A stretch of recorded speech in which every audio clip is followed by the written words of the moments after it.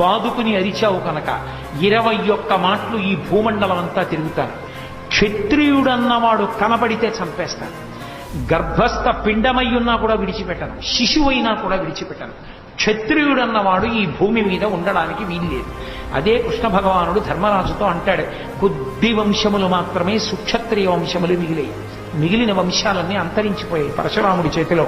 అలా మిగిలిపోయిన వంశాల్లో ఇక్ష్వాకు వంశం, చంద్రవంశం అటువంటివి కొన్ని ఉన్నాయి. మిగిలిన వాళ్ళు ఎక్కడైనా కొద్ది మంది క్షత్రియులుంటే వాళ్ళు 3 ప్రదేశాల్లో దాక్కున్నారు. ఒకటి ఆవుల మందలలోకి వెళ్ళిపోయి దాక్కున్నారు.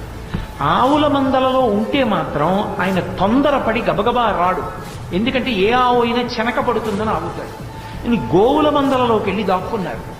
కొంతమంది ఆడవాళ్లు నివసించేటటువంటి ప్రదేశాలలోకి వెళ్ళి దాక్కున్నారు. ఆడవాళ్ళు ఉన్న చోటికి వెళ్ళడు. ఆడవాళ్లు ఉన్న చేతికి గాజులు ఇలా ఇలా